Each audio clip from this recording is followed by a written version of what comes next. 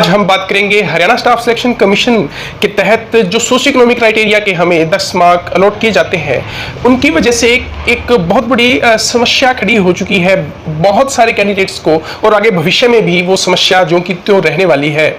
तो उस विषय पर एक डिटेल चर्चा करेंगे इस वीडियो में। तो अगर आप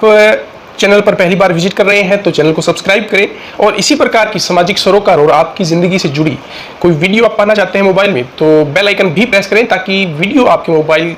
का जो नोटिफिकेशन है वो तुरंत पहुंच जाए आपके मोबाइल में। तो चलिए शुरू करते हैं। जी हाँ दोस्तों, हरियाणा सरकार ने एक वैकेंसी पूरी की थी ग्रुप डी की 2019 में। जी हाँ, 18,000 के आसपास वैकेंसी थी जिसकी अभी वेटिंग लिस्ट भी आनी बाकी है। तो वहाँ ग्रुप डी में आपको सोशियो इकोनॉमिक क्राइटेरिया के मार्क्स मिले, और उसका जो क्राइटेरिया है वो कुछ इस तरह से है कि अगर आप फादरलेस है और विडो है या फिर अनाथ है तो आपको 5 मार्क्स मिलेंगे, और अगर आपके परिवार में पहले से कोई जॉब नहीं है तो 5 मार्क्स आपको मिलेंगे। यानी कि मीनवाइल अगर आपका भाई जॉब में है, आपका हम उम्री हुआ, आपकी बहन जॉब में है, फादर या मदर जॉब में है, तो आप 5 मार्क्स के लिए एलिजिबल नहीं होते। इन शॉर्ट ये है कि उनको ज्यादा मेहनत करनी पड़ती है, और इस कंपटीशन के जमाने में जब इतना कंपटीशन है तो 5 नंबर का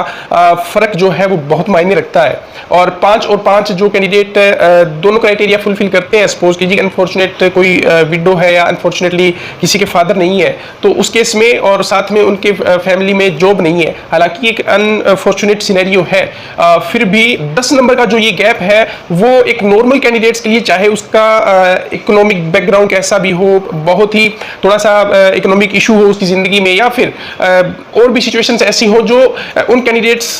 जिनको ये मार्क्स मिल रहे हैं उनसे भी थोड़ी सी दयनीय स्थिति हो, लेकिन ये क्राइटेरिया जब वो फुलफिल नहीं कर पाता है तो उन नंबर से वंचित रह जाता है, और वो 5 और 10 नंबर का जो गैप है वो पाटने में वो काफी उसको मेहनत करनी पड़ेगी और एक्स्ट्रा मेहनत करनी पड़ेगी जिसका कि अंदाजा नहीं है। और जब हमारा एचएसएससी का सिलेबस डिफाइन नहीं है तो हम मेहनत किस छोर पे करें, किस दिशा में करें, ये भी स्पष्ट नहीं है। तो बहुत बड़ी एक समस्या खड़ी हो चुकी है, और इसका उदाहरण देकर मैं आपको बताता हूं कि एचएसएससी ग्रुप डी में आपको सैकड़ों हजारों की संख्या में हायर क्वालिफिकेशन से कैंडिडेट मिल जाएंगे जो कम से कम ग्रेजुएट हम मानते हैं कि नॉर्मल सिनेरियो रहेगा, लेकिन आपको MSc, MA, PhD, MPhil candidates भी वहां मिलेंगे, नेट तक क्लियर किए हुए स्टूडेंट्स आपको वहां मिल जाएंगे। तो ये एक बहुत ही अनफॉर्चुनेट सिनेरियो है। जो स्कूल में चपरासी का काम कर रहे हैं, माली का काम कर रहे हैं, बेलदार का काम कर रहे हैं, कहीं लांगरी लगे हुए हैं, कहीं कुछ और जॉब पे काम कर रहे हैं, उनको सरकार ने एक मौका भी दिया डिपार्टमेंट चेंज करने का, लेकिन जो समस्या है वो जो कि त्यों खड़ी हुई है। ये जो कैंडिडेट्स हैं, जितने भी कैंडिडेट्स हैं वो ग्रुप डी को छोड़ना चाहते हैं, ये तो स्पष्ट बात है। और अब आगे जितनी भी वैकेंसीज आई थी, जैसे क्लर्क है या किसी और वैकेंसी में जाना चाहते हैं, एचटेट के थ्रू जाना चाहते हैं, टीचिंग लाइन में जाना चाहते हैं, तो सोशियो इकोनॉमिक क्राइटेरिया की वजह से, क्योंकि उनके जॉब अब है ऑलरेडी, तो इसकी वजह से वो वहां पर 5 नंबर तो पहले ही डेफिनेटली उनका एक गैप बढ़ जाएगा दूसरे स्टूडेंट्स के। तो ये एक समस्या है, इसको अब ठीक कैसे किया जाए। उन्होंने एक कैंडिडेट्स हैं जिन्होंने बहुत अच्छे 2 सजेशंस दिए जो मैं आपको यहां पर बताने की कोशिश करूंगा। एक सजेशन उन्होंने ये दिया कि सपोज करो कि एचएसएससी या गवर्नमेंट ऑफ हरियाणा अगले 5 साल में 1 लाख वैकेंसीज क्रिएट करने जा रही है, या 1 लाख वैकेंसी अगर उन्होंने भर्तियां करनी है, तो जो सोशियो इकोनॉमिक क्राइटेरिया के जो ये पैरामीटर है, अब जो पैरामीटर चल रहा है वो सिर्फ ग्रुप डी के लिए एप्लीकेबल हो, सिर्फ ग्रुप डी के लिए एप्लीकेबल हो, यानी कि आप ग्रुप डी की जॉब आप करना चाहते हैं, और ये भी बट ऑब्वियस है कि ग्रुप डी की वैकेंसी ही ज्यादा एडवर्टाइज होगी, ज्यादा खाली रहेगी, तो ग्रुप डी की वैकेंसी उन 1 लाख में अगर 40-45 हजार भी फिलअप होती है अगले 5 सालों में, तो अगर वो सोशियो इकोनॉमिक क्राइटेरिया का जो पूरा सिनेरियो है, ग्रुप डी तक सीमित रखा जाए, और उसके बाद जो ग्रुप सी है, बी है और ए की वैकेंसीज है, उनमें इसके लिए हर कैंडिडेट्स के पास फेयर चांस होगा, क्योंकि वहां ये इस क्राइटेरिया को मत लगाया जाए, आगे फॉरवर्ड नहीं किया जाए। यानी जो ग्रुप डी में अब लग गया है उस क्राइटेरिया का फायदा उठाकर वो, और आगे जो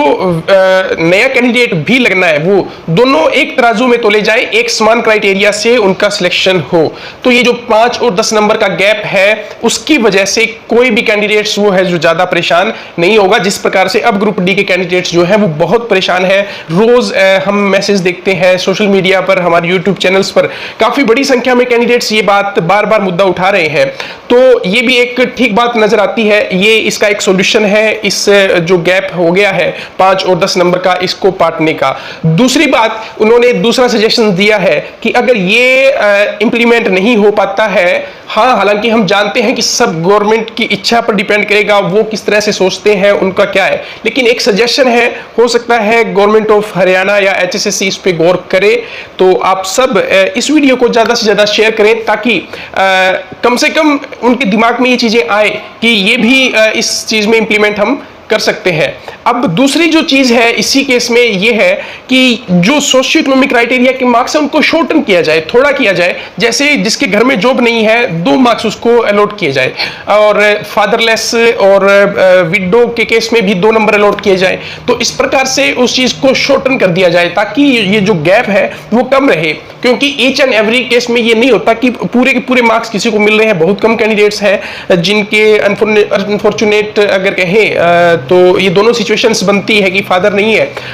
वो विडो हो या फादर नहीं हो या फिर अनाथ हो, साथ में घर में जॉब ना हो, इस प्रकार की सिचुएशन बनती है। बहुत कम कैंडिडेट होते हैं मोस्ट प्रोबेबली, और एवरेज सबको 5 नंबर जो इस प्रकार से मिलते हैं 5 नंबर के लिए एलिजिबल हो जाते हैं, जॉब नहीं है घर में या फिर वो जो दूसरे क्राइटेरियाज है वो फुलफिल करते हैं। तो इस प्रकार से अगर गैप बढ़ेगा तो भी 2 नंबर का बढ़ेगा, जिसको कि कैंडिडेट्स अपनी मेहनत से कंपीट कर सकता है, उस खाई को पाट सकता है। लेकिन अगर यही गैप 5 नंबर का हो जाए, 10 नंबर का हो जाए, वो उसको पार करना बहुत मुश्किल होता है। तो ये 2 सजेशंस थे, उम्मीद करता हूं कि आपको ये पसंद आए होंगे, और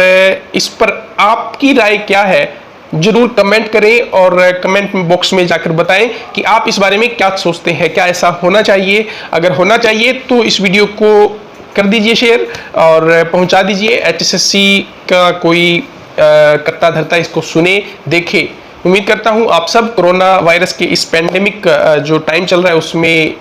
कुशल मंगल होंगे। और जी हाँ, साथ में 20 मई सुबह 11 बजे ट्विटर पर ट्रेंड करवाना ना भूलें HSSC कल रख रिजल्ट के लिए।